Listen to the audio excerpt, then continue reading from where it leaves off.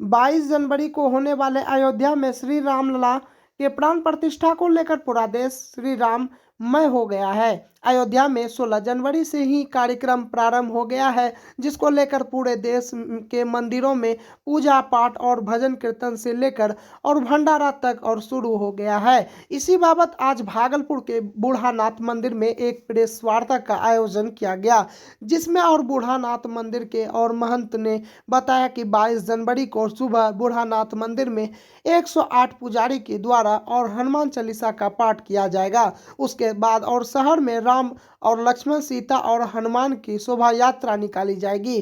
शोभा यात्रा और कार्यक्रम के बाद और मंदिर प्रांगण में और लोक और कलाकारों और यहाँ द्वारा भजन कीर्तन का कार्यक्रम होगा और भव्य भंडारा का भी आयोजन किया जाएगा। बूढ़ानाथ मंदिर के और महंत ने बताया कि इस बार और 500 वर्ष बाद और फिर से और ऐसा सहयोग बना है कि और हम लोग और यहाँ एक साल में 2 बार और दीपावली मना रहे हैं। इस बार जिस तरह से और दीपावली और में रंगोली बनाई जाती है तो दीपक और जलाए जाते हैं और मिठाइयाँ बांटी जाती है, उसी तरह इस बार बूढ़ानाथ मंदिर मैदान में विशाल और रावण का दहन कार्यक्रम आयोजित किया जा रहा है। वहीं प्रेस वार्ता के दौरान और व्यवस्था और प्रमुख और राजदीप और कुमार राजा कार्यक्रम और प्रभारी मनोज कुमार मिश्रा, अध्यक्ष सांडिल और नंदकेश और अध्यक्ष शैलेंद्र कुमार, प्रबंधक और वाल्मीकि और सिंह, उप प्रबंधक दीपक सिंह और मीडिया प्रभारी दीपक कुमार के अलावे दर्जनों मंदिर के पदाधिकारी व कार्यकर्ता मौजूद थे। सब कर दीजिए। आप लोग से मेरी भी प्रार्थना है कि घर घर में भजन कीर्तन राम हो। ऐसा अकाल पड़ा हुआ था, सब जगह राम राम हुआ, बीमारियां खत्म हो गई। राम राम में वह शक्ति मार्थ है कि कोई आफत आने वाली आपके बीच में है वो भी समाप्त हो सकती है। वही एक बाण है हम लोग को, ये करना चाहिए। 22 तारीख के राम जन्मभूमि में राजा रामचंद्र जी के पुनर्स्थापना के शुभ अवसर हम लोग भागलपुर वासी, भागलपुर के भक्तगण सौभाग्यशाली हैं कि बुद्धेश्वर प्रांगण से उस उत्सव का हम लोग भी यहाँ आनंद लेंगे। ये मंदिर आप लोगों को पता होगा कि प्रभु राम के गुरु वशिष्ठ जी के द्वारा प्राण प्रतिष्ठापित है। हम लोग सौभाग्यशाली हैं कि इस कार्यक्रम में हमारे पूज्य महंत जी के नेतृत्व में हम लोग सुबह से रात तक का कार्यक्रम रखे हैं। सुबह 108 पुजारियों के द्वारा हनुमान चालीसा का प्रार्थना किया जाएगा। फिर दोपहर में हम लोग नगर भ्रमण के लिए निकलेंगे।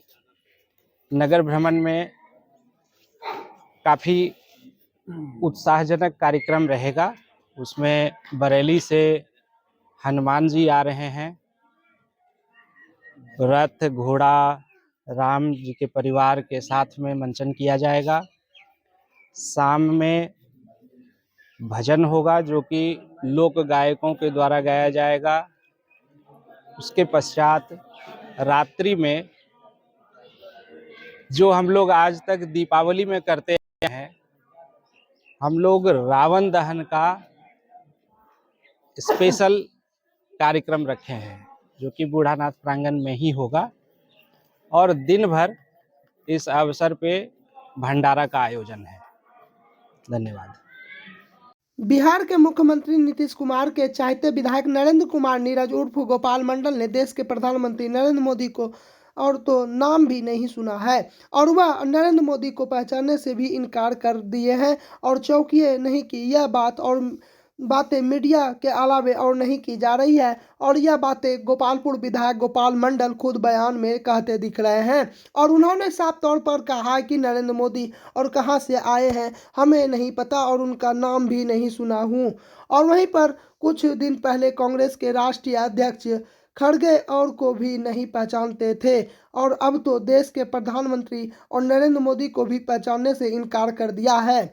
और इतना ही नहीं, उन्होंने कहा है कि नरेंद्र मोदी और आइडियल और तरीके से बात करते हैं और दानव के तरह और डकारते हैं और अरे भाई, और अगर और आप नरेंद्र मोदी को भी नहीं पहचानते हैं तो और वहीं उनके बारे में इतनी बातें कैसे जानते हैं। और वहीं और दूसरी ओर वहीं पर उन्होंने नीतीश कुमार के बारे में बताया कि वह काफ़ी और मीठे शब्दों का प्रयोग करते हैं और वह अपने मन की बातों को और सरलता से और जनता के बीच और रखते हैं, लेकिन मोदी जी और स्क्रीन पर और रखे और शीशे को और देखकर पढ़ते हैं। वह सिर्फ और अपने चक्कर में और लगे हुए हैं और अडानी और अंबानी से और काम नहीं चलने वाला है। और साथ ही उन्होंने कहा कि नीतीश कुमार अगर बीजेपी में और सटते हैं तो और नीतीश कुमार का और वाजुद भी और ख़त्म हो जाएगा।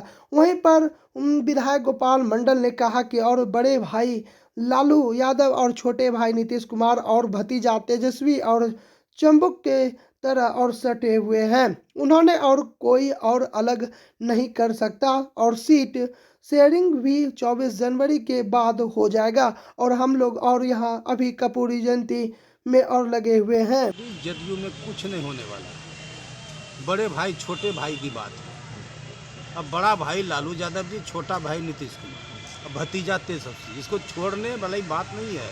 एकदम चुंबक की तरह सट गया।